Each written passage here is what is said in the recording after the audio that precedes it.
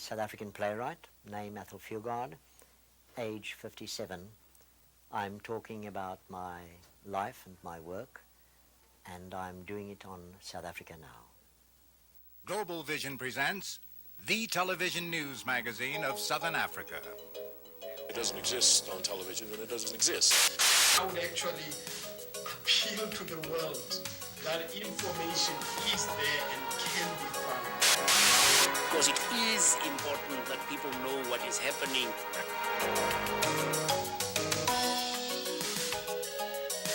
This week, South Africa Now reports these stories. Iraq has South African weapons. Saddam Hussein has powerful G5 guns purchased from Pretoria's covert arms suppliers. We'll tell you more and show you a tape you weren't supposed to see. They were able to sell quite a lot of weapons in the Gulf War to both Iran and Iraq, and I think they are over-encouraged by the possibility of that market, using the slogan for their arms deals that all their arms have been tested in combat. New violence erupts in South Africa as the ANC's armed struggle is suspended.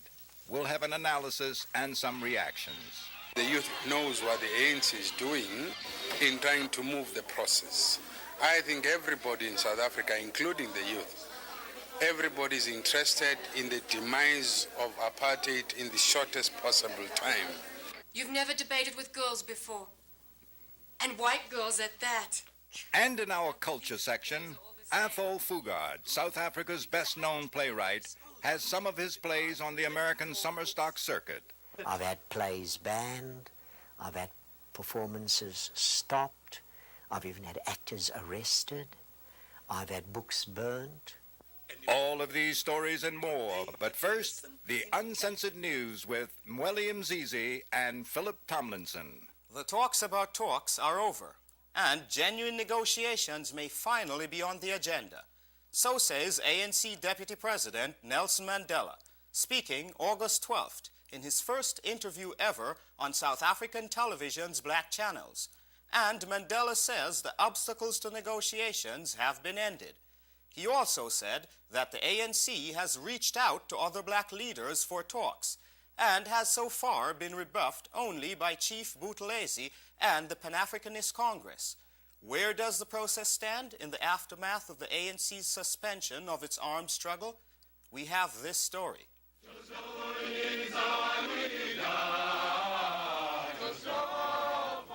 This is rare TV footage of ANC guerrillas in training. It is this army, estimated at 15,000 fighters, which has now declared a ceasefire. The MK, or Spear of the Nation as it's known, has carried out a low-intensity war, mostly against so-called soft targets, police, military, and industrial. While their military impact has been debated, their symbolic role has inspired generations of black South African youths.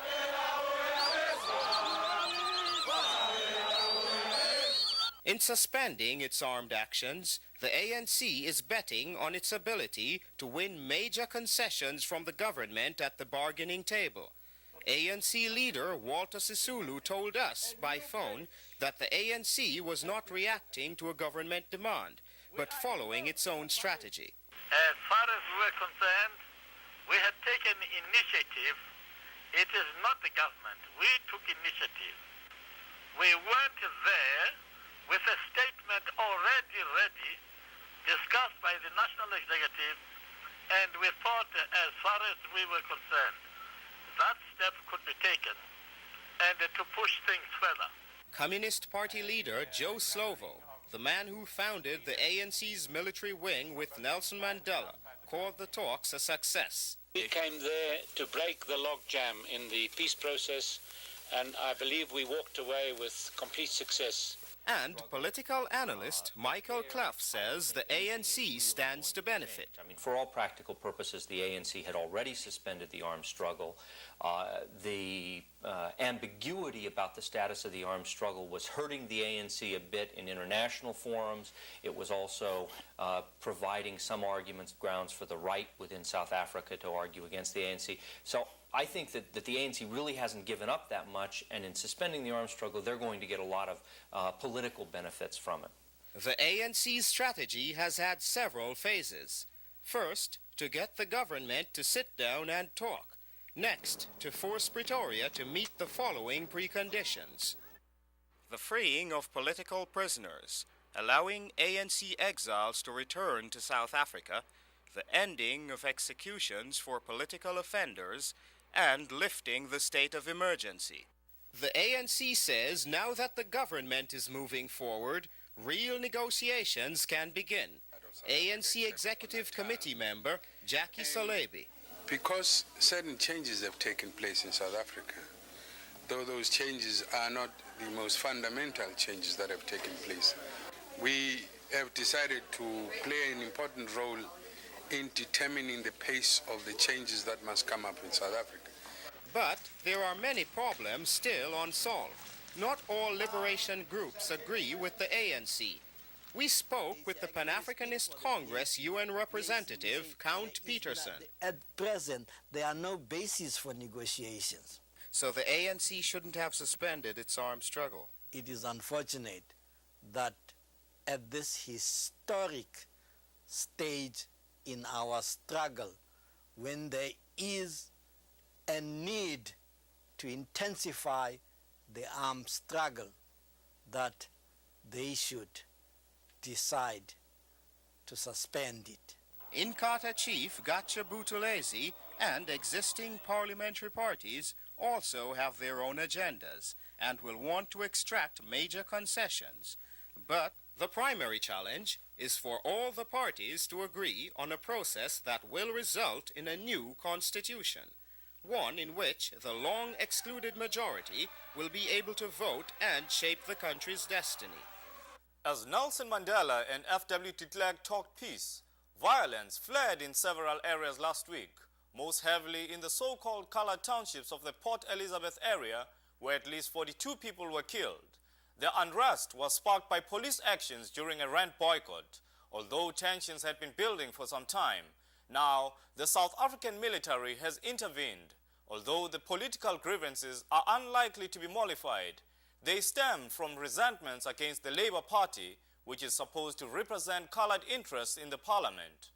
We spoke with Daily Mail reporter Frans Kruger to find out more. There's been a great deal of violence in the coloured northern areas of Port Elizabeth. It began on Monday, the 6th of August, when a rent protest by some 3,000 residents was broken up by police. There are conflicting reports of what actually happened and how the protest was broken up, but certainly immediately afterwards the violence erupted. There's been an enormous amount of looting, of burning of shops and places. There have been running street battles between police and demonstrators. Elsewhere, in Kagiso Township, south of Pretoria, workers loyal to Gatsha Buthelezi and his Inkatha movement spilled out of factory barracks with sticks and hatchets, ready to do battle with ANC sympathizers. At least 12 people died in that outbreak. According to the South African Institute of Race Relations, 1,591 people have died in political violence in the first 6 months of 1990, more people than in all of last year.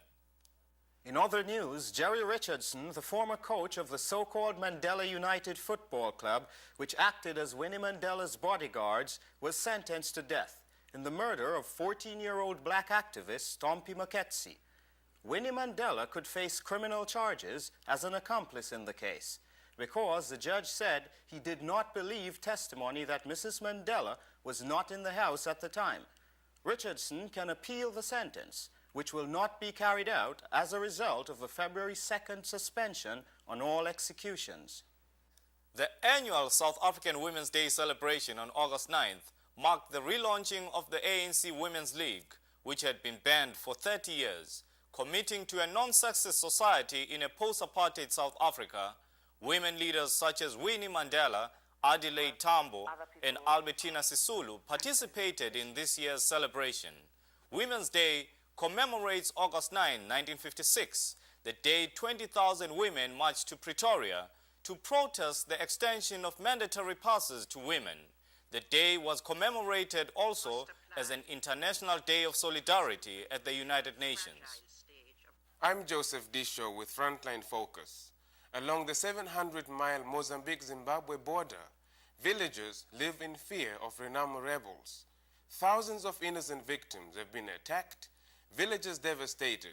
But what makes these victims different is that they are Zimbabweans caught up in the conflict. Now, a new relief effort is underway. Emily Kasriel has our story.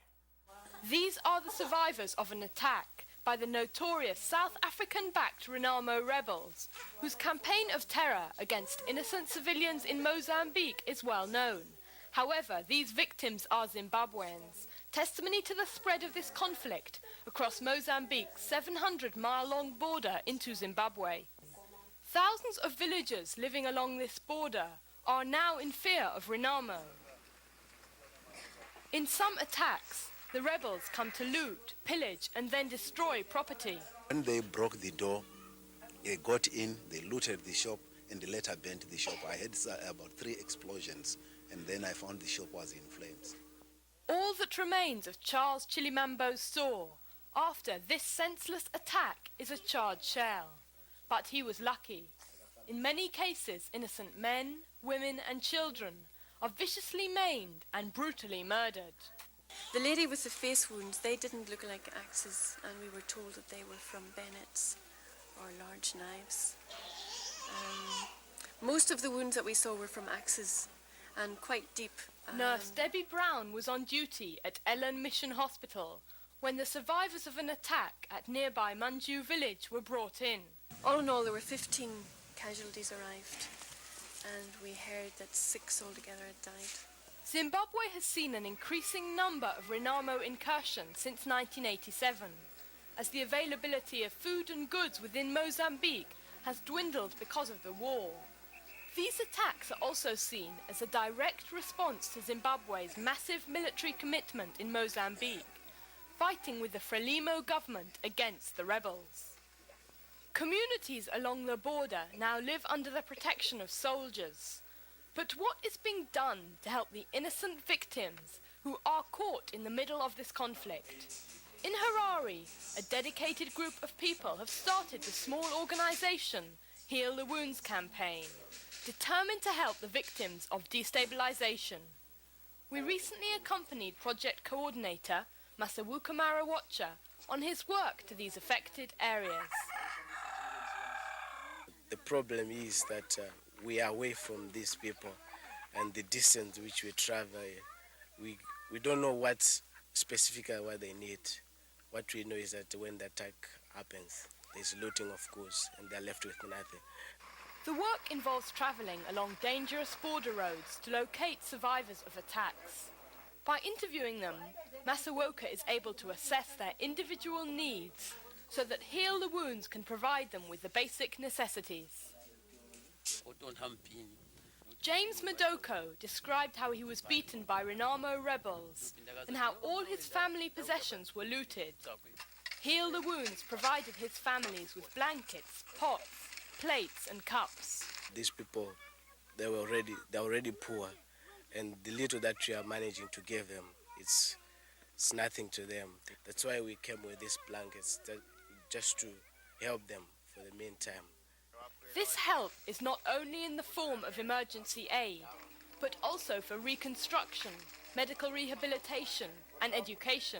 From this district again, we have assisted a child who was paralyzed with medical rehabilitation and paying of school fees. Until a lasting peace is achieved in southern Africa, there will be a continuing need for the work of Heal the Wounds campaign. There is hope that this will come as soon as negotiations between the Frelimo government and Renamo begin towards ending the conflict. But, as Chairman Jonah Kakova explains, it may only come when South Africa is free. Once we get rid of apartheid, then problems of this nature will not exist. We might have, other problems, but this particular one we're dealing with, we believe, emanates from the dirty tricks department of the South African regime. For South Africa Now, this is Emily Kasriel reporting. The organization Heal the Wounds needs help, and is appealing for donations of clothing for the victims. If you can contribute, please note this address: Heal the Wounds Campaign, 169 Samora Machel Avenue East, Harare, Zimbabwe. You're watching South Africa Now, the television news magazine that goes behind the headlines. World attention is focused on Iraq, where the nations of the world moved swiftly to impose economic, military, and diplomatic sanctions in the aftermath of the invasion of Kuwait. The reservations that the United States and Britain have time and again raised against the effectiveness of sanctions when it came to South Africa were not voiced this time. Will the UN's military embargo work? Already, Iraq's army has been well armed by international arms suppliers, including South Africa.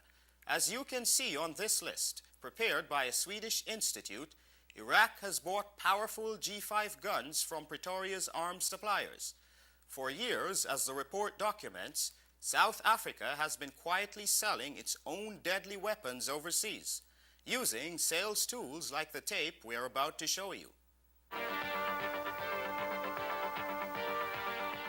You are watching a war movie produced by arms makers for arms buyers.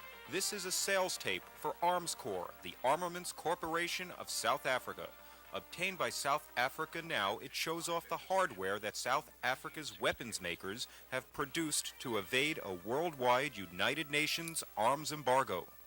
Armscorp's first function is to provide all the armaments and military equipment South Africa needs as efficiently and economically as possible. 90,000 people work for Pretoria's Weapons Goliath, serving an international market. 26 nations covertly buy the 27 different weapon systems they produce, from machine guns to heavy artillery. Would you buy a tank from these people?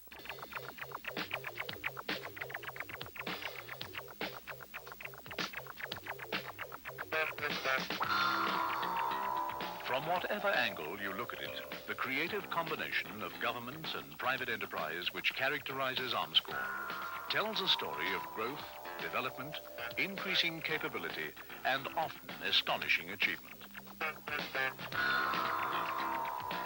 Goaded by the limited arms embargo of 1964 and the total embargo of 1977, reinforced by the strength of its government backing, stimulated by the traditional efficiency and inventiveness of private enterprise, and making the fullest use of the most sophisticated techniques in the management of human, financial, and material resources, Armscorp and its subsidiaries have, in a remarkably short time, built up an armaments industry almost from scratch, changing South Africa's nearly total reliance on imported armaments into a virtual self-sufficiency, and creating along the way some of the world's most advanced, most battle-tried weapon systems, designed, developed, and manufactured from the ground up to the most exacting specifications of the South African Defense Force. Armscorp has showcased its military hardware in arms bazaars from Athens, Greece to Santiago, Chile. It is one of the top 10 arms producers in the world, with international revenues of $900 million a year. Abdul Minty heads the campaign to end military collaboration with South Africa. They were able to sell quite a lot of weapons in the Gulf War to both Iran and Iraq, and I think they are over-encouraged by the possibility of that market, using the slogan for their arms deals that all their arms have been tested in combat. However, the final test is not on the test range or in the laboratory, but on the battlefield. Minty told a UN panel that South Africa's outlaw status often forces it to market its weapon systems in surreptitious ways. The South African origin of the mighty G5 cannon, used to pound targets in Angola for years, was disguised through the use of third countries. Here's how one deal worked. Armscorp sold the parts of the G5 to a firm in Chile, which then marketed it to Turkey and Iraq. And we failed to get an assurance from the government of Iraq that it will not buy from Chile these items. And we've also failed to get such assurances from Turkey. For every job Armscorp creates within its own organization, it generates 6 to 8 jobs in the private sector.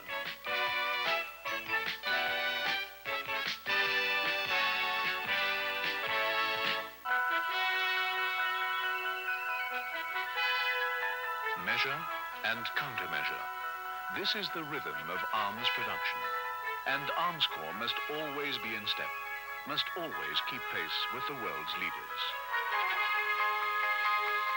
One way or another, whether in size, capability, or versatility, Arms Corps' future will be one of growth, development, and improvement, so as to be ever ready to provide both the know-how and the means for South Africans to defend their rapidly evolving society against any attack. Through videos like this, Arms Corps hopes to expand its share of the international weapons market. This is Eric Nadler for South Africa Now. You're watching South Africa Now. Coming up next, our culture segment, featuring the best music, film, drama, and artistic expression from Southern Africa. Nelson Mandela, Free at Last, a South Africa Now PBS special, is available on home video for $14.95. Please send check or money order to Post Office Box 1907, Canal Street Station, New York, New York, 10013. Stories about South Africa tend to frame all issues in black and white terms, and often they are. But some of the country's whites do not support apartheid. One of the most vocal and well-known of the dissidents in the Afrikaner community is Athol Fugard, whose plays are currently on the summer stock circuit and who was profiled in the August 12 Boston Globe. A few months ago, we met with Fugard when his latest play opened in New York. The title of the play comes from an actual moment in the play, in a sense the climax to the play, from a speech by the character played by John Carney, and to a certain extent that moment is a lament for the way circumstances and history have wasted the children of Africa. In a career that has spanned 30 years, Fugard has established an international reputation as an Afrikaner who tells the truth about his country. His plays are always entertaining, always provocative, from Master Harold and the Boys to Bozeman and Lena and the Blood Knot. Fugard is sometimes an actor, usually the director, and often in trouble. I've had plays banned, I've had performances stopped, I've even had actors arrested, I've had books burnt, to the present situation where My Children, My Africa, which is possibly my most direct and immediate play in terms of the political reality of the society, has in fact gone through completely unscathed. My Children, My Africa, critically acclaimed at its world premiere in Johannesburg, is an incisive indictment of apartheid, showing how it damages the life of ordinary people. I think in stories about ordinary people see themselves. You know, when I go and see Macbeth, I can't really read myself into that story, because I'm never going to ever covet power or be in a position to inherit power in that way. It's fascinating watching it, but I mean, that's not my story. When I watch Death of a Salesman and I see Willie Loman, then I make a connection. When I see an August Wilson play, I make a connection. And I think I write a play in which I hope ordinary people, common people, will make a connection. Fugard says it's impossible to write about ordinary people in South Africa without being political. Our situation in South Africa is so politicized. It is impossible to think of telling a story that does not have a political consequence or a political point. Politics pervades every corner of our lives in that society.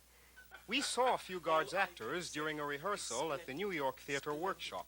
They include Courtney B. Vance, Fugard's own daughter, Lisa, and Tony Award winner, John Carney. For me, this play, My Children, My Africa, is a celebration of the human spirit, of the people's spirit, that cannot be crushed, that will continue to burn and thrive even under such incredibly difficult conditions. And just who is Athol Fugard, who writes about the difficult lives of ordinary South Africans? white South African, liberal, writer, one time very, very guilty, felt very guilty, less so now, but only because it looks as if what he has done by way of theatre in trying to keep alive certain things inside that society might have had some payoff and might have had some effect on and contributed to the fact that the society seems finally to be moving towards change. One of the most powerful ways in which apartheid has stayed in power is by way of the ignorance it has instilled in people about how the other half lives. The ignorance of white South Africans in terms of the black reality and vice versa. That ignorance has been an extraordinary factor in shoring up and maintaining the system of apartheid. I think the great moral obligation facing writers in that country is to try and educate, to provoke thinking and feeling, to tell stories that officialdom would rather not have told. That's our program for this week. South Africa Now continues to struggle for financial survival, and we thank our many viewers for their generous support. If you are interested in any of the issues we cover, send a self-addressed stamped envelope to South Africa Now, Post Office Box 1907, Canal Street Station, New York, New York, 10013. South Africa Now is produced by Global Vision on a non-profit basis in association with the Africa Fund, a tax-exempt organization providing assistance and relief to victims of apartheid. For all of us at South Africa Now, I'm Phillip Tomlinson. See you next week. Transcripts of this program are available for $4. South Africa Now is also available now on video cassette for just $29.95. To order transcripts or cassettes, or for more information, write to South Africa Now, care of Journal Graphics Incorporated, 267 Broadway, New York, New York, 10007. To order by credit card, call 212-227-READ. Viewers are also invited to leave a comment about the show. Video cassettes of previous programs can now be ordered as well.